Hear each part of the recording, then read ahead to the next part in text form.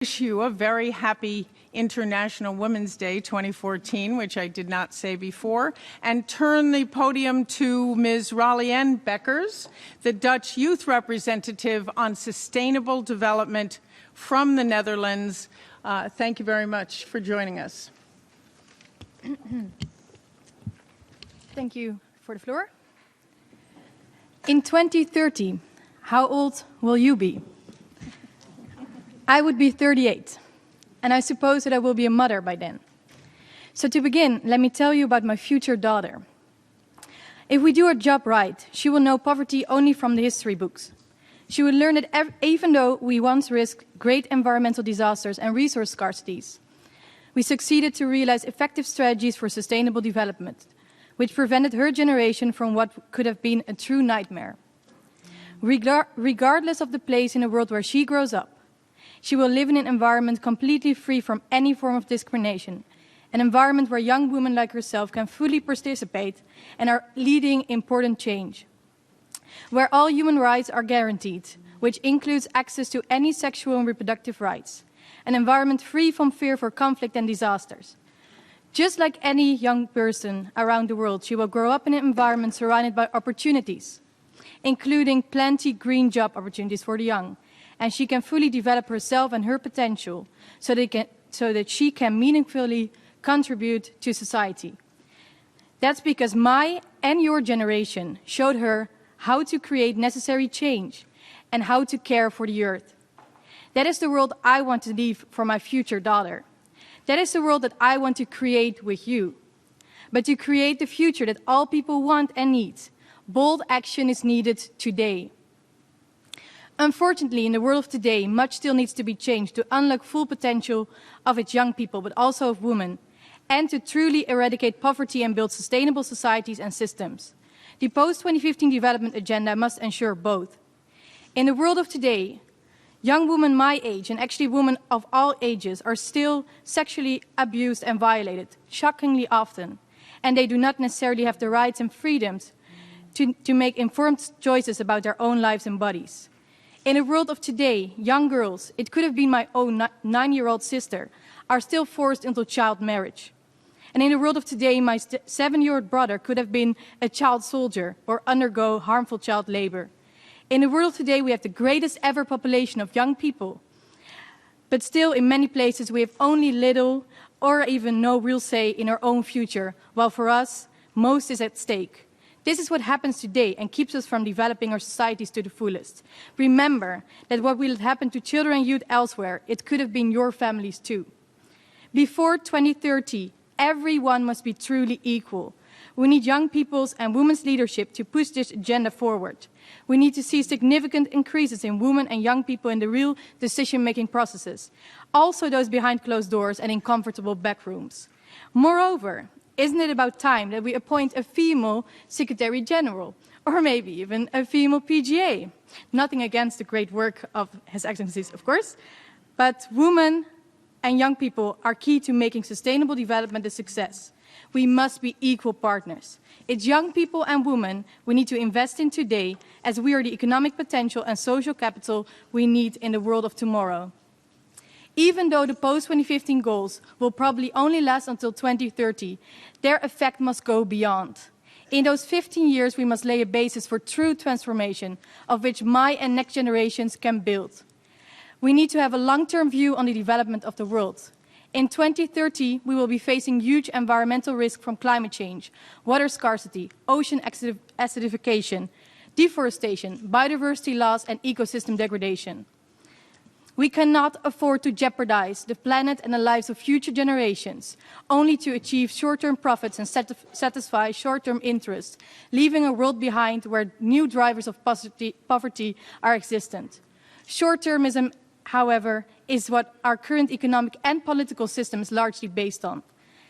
This can and must be tackled by reversing current perverse and unsustainable economic incentives, eliminating all direct and indirect fossil subsidies as soon as possible, pricing external social and environmental costs of economic activities, taking serious the polluter pays principle, moving beyond GDP, and transforming our outdated linear growth model into circular economic systems, which includes, for example, zero waste, smart resource usage, and cradle-to-cradle strategies. What we need is better quality growth with less damage to the natural environment. It is possible to create new, sustainable, and eco economies, and many young people are already leading the way on local levels. It's only if only we dare to change now. Also, we should seriously look at our investment choices. At this moment, young people around the world are campaigning not to invest, but to divest from fossil fuels. The so-called carbon bubble poses huge financial risk for our future.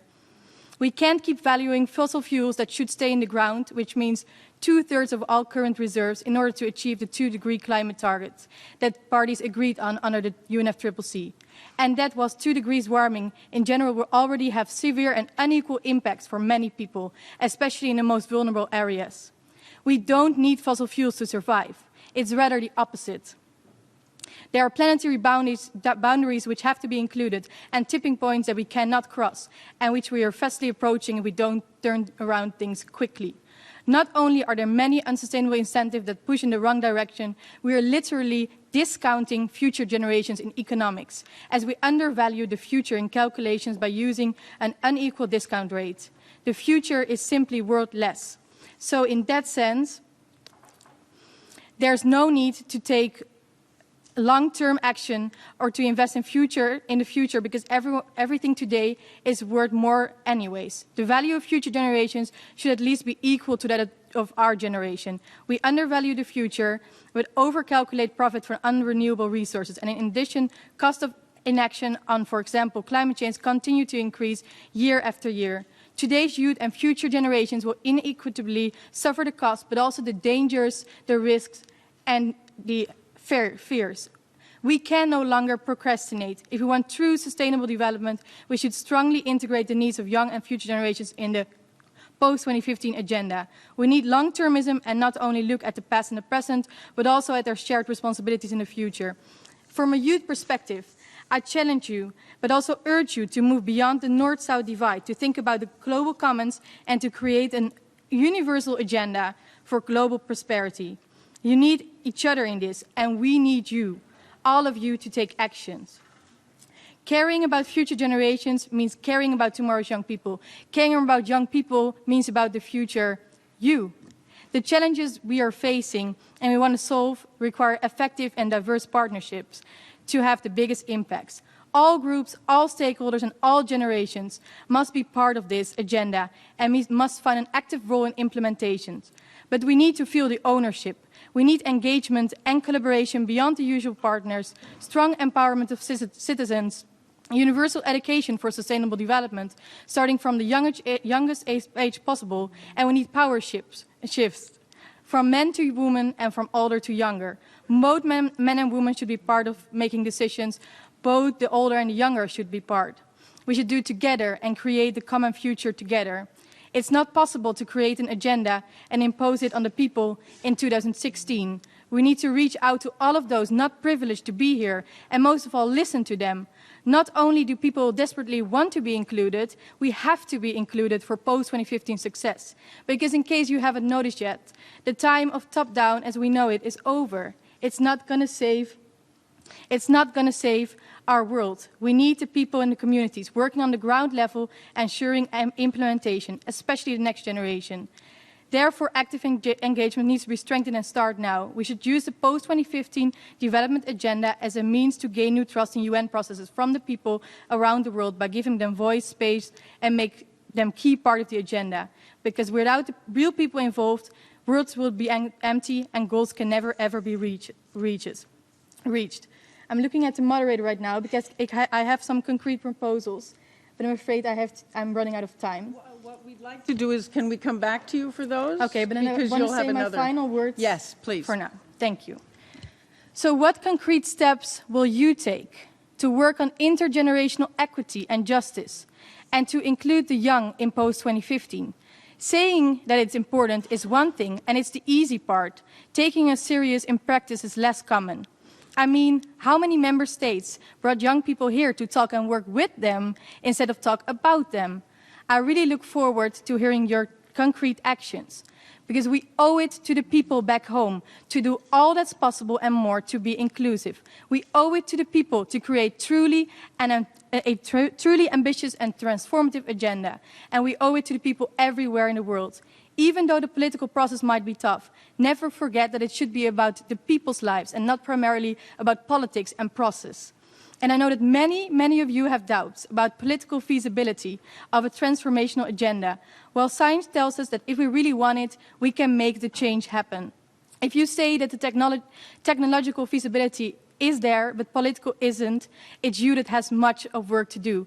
Please don't fail us, but work with us. So to conclude, when I spoke at the OWG back in June on behalf of international youth from the Netherlands seat, I received, amongst others, a reaction from a youth organization from Kabul, Afghanistan, which should not only be directed to me, but also to all of you. So I quote, "We as a war-ravaged generation only struggle to learn from others and be part of a peaceful voice. We are hungry of education, development and prosperity, living alongside other nations and human beings in peace. We really need support of such you people." End quote. Young people around the world need you to work together, to unite as a team, and we need you to work with us. You owe it to all young people and to those still to born into this world to be bold, to be strong, to be courageous, to take long-term responsibility, to be transformational and life-changing. We count on you, and you can count on us to join you if you let us. And I don't want your applause. I want your action. I don't need you to praise. I need you and your politicians to take me and other young people serious. I'm proud to be here with you, but I would much rather be proud of you, proud that you promised me to do what needs to be done. I thank you very much.